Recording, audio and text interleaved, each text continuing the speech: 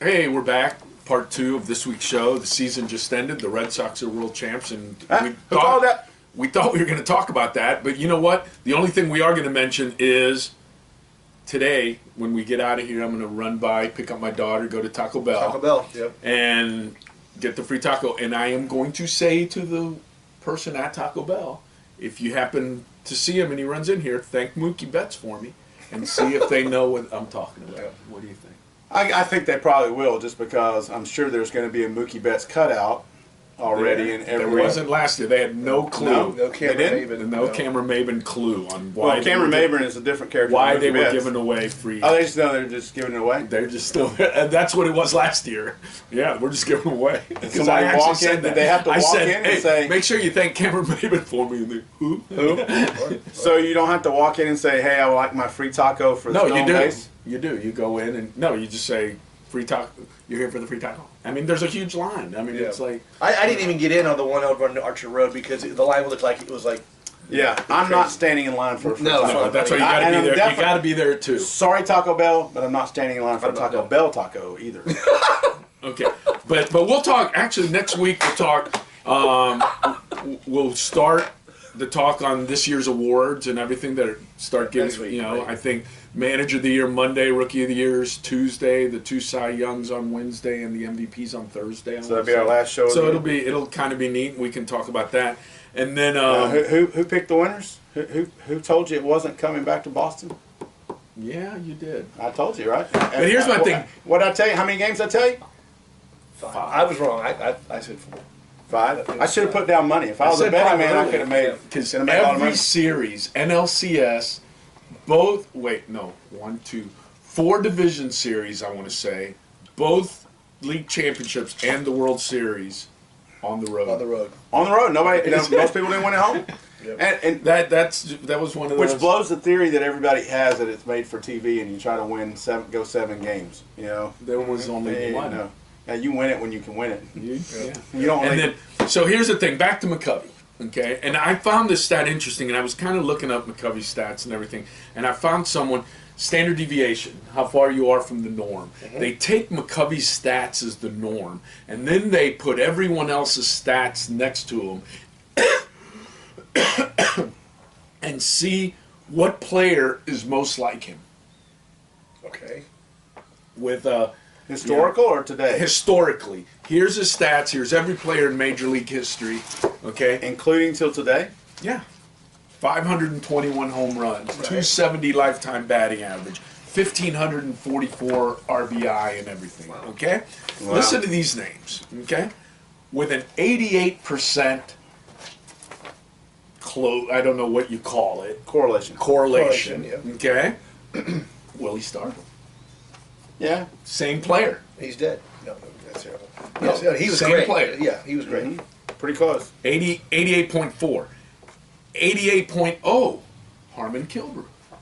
Yeah. Interesting. And the numbers, if you look at them, the number of home runs and everything, yeah, okay? that's 500. Stargell is the second closest. Killebrew is the third closest. Eddie Matthews is the fourth closest. Paul Konerko is the fifth closest. Oh, But Konerko, who? really? Wow. But what player and it's crazy. 91.7% correlation with Willie McCovey's stats. Now, every guy up until Paul Konerko is a Hall of Famer. Right. I mean, already in. Yeah. Number one, not a Hall of Famer. And, Not and, a and Hall of Famer. stats basically exactly like Willie McCovey. Sosa. Not 521 home runs, but 493. Only 20 home runs less, 30 home runs. Stan Musial. He's in the Hall of Fame. Oh, that's right. McGriff. Fred McGriff. Is that amazing? The guy lefty. I mean, numbers of McCovey and numbers of McGriff correlate almost identically. And McGriff won't get in the Hall of Fame. And he's not even. He should be. But Because he played in a different era. Yep. Yep. Again, we had the discussion about this before. Is the Hall of Fame for all of baseball, or the Hall of Fame for the era in which you played? Yep. If it was the era in which you played, please stop talking about all the stuff about steroids and just put the guys in that belong. Yeah. If it's not, then why is McGriff not in? Right. Because McGriff is as good a player as It's McCovey. as And at the McCovey. time. And he was in the playoffs every lot. year. A lot. Won a World Series. Won a World Series. So, He was a great player. and he was a leader on his team. Led both leagues in home runs, which not a lot of people do. Not many. Not many. And so that's a good thing. Maybe we'll go on the Fred McGriff, get in the Hall of Fame. He should be in the pick Hall of next Fame. year. If we get on that, I'm sure we can. We at could least probably do swing the vote by 3. Are you on the ballot? I mean, do you have a vote? You vote? No, but we could Oh, we probably can swing, swing it. swing the vote by 3. 6 people, yeah, 6 people, yeah. You know, the 3%? of us, the 3% or 3? No, just 3. The 3 of us are the only ones we And can you know, really count. McGriff reminds you of McCovey in a different way too, because they both were quiet. They both Yeah. they weren't real rah-rah. And their kinda names guys. start with an MC. Yeah, they do. They But do. no, but he No, was. they're very correlated. I mean, the Yeah. correlation is. McGriff is one of those guys who just, I mean, I know my girlfriend doesn't watch this show either, but McGriff was her favorite player. The Crime Dog. Oh, she loved him. Yeah, she loved him. And so, Stretch. Crime and Dog and Stretch. Stretch. But we should come up with an all nickname team sometime. But it's McCovey, like I said, I can remember in 1970, 1969 getting his card, having maybe seen him play, by that time in my life twice or 3 times, but knowing his stats and going, he's a keeper. You know, Oh, no. he's not Jim Ray Hart, or he's not, I mean, Jim Hart was a good player too, don't get me wrong. He was a good Anybody's in player. the major leagues is a good You're player. a good player, yeah. Yeah, it's not like you're But hanging he's a there. superstar. Now, and- going back to touching on the Red Sox and the World Series and everything, I find it fascinating, and this goes to what you're saying about hitting today. Okay, both the NLCS and the ALCS MVPs hit 200 for the 200. series. Yeah. Both. Lowest ever. When one got named MVP, it was the lowest batting average ever, and that record stood for about 3 days until the other one. Okay? But they hit 3 home runs, Exactly. and that's what they're going for. Exactly. Yeah. Pierce had 4 hits in the World Series. 3 of them are dingers. and a 3 double. bombs. He didn't hit a single. 4 hits. I really, Now, they were timely. 4 hits in Exactly. 5 games, though. I really thought Evaldi should have been the MVP. He didn't win. He didn't Yeah, win. he didn't win, didn't but win. he was, but he made How one can he be the because MVP? He gave up an unearned run to tie it that would have won the game, Mm-hmm. and then he gave up a solo earned run, and it was a great outing, and I totally believe that that's the kind of thing that gets a team together and Right, everything. right. You don't have to win, but he didn't win. But Pierce did deserve it. I mean, he did. You want to deserve know, in all defense, though, in today's day and age, you don't need to win. Who cares? Wins mean nothing, right? You can be Cy Young and only win 3 games. Or 9 games. 9 games? No, that's what the argument is now, Yeah, right? exactly, yeah. That wins is Yeah. irrelevant. DeGrom's going to be the The Cy Cy Young Young winner. And, So Evaldi should be the MVP. Sure, why not? He didn't need to win. yeah, it doesn't need to win. You know, I think But- you got to be more dominant than just one start. I mean, you know, if the He series, didn't even start. that's right. You just Right, He came can't- in the 9th If- or the 10th. if it go on another full length and he gets another start and he gets another great outing, maybe. But If that game goes 30 innings and he throws 20, MVP, MVP. It felt like it was going to do that. wasn't sure that anybody was ever going to win that game. What about Price's outings? What about See, him? Price was Price- 2-0. Price If blowed any up. pitcher, that's where I was Price going. blowed up. If you know, Go ahead, I'm sorry. no, I totally agree. If you were going to give it to a pitcher, and I agree, it was Price. He was great. And threw in the mid, another inning thrown in there in the middle in relief. I Yeah, thought, he was great. I thought he redeemed himself well. I think anybody who questions whether or not he's a big game pitcher should just back off now and go away and quit that questioning because he Kershaw. I thought Kershaw pitched well in this postseason. I do too. But I think Kershaw has to make some of the adjustments that David Price has made to pitch. I don't think Kershaw can anymore go out and try to dominate the inside part of the plate to right-handers. That's where he got crushed. That's where he got hurt.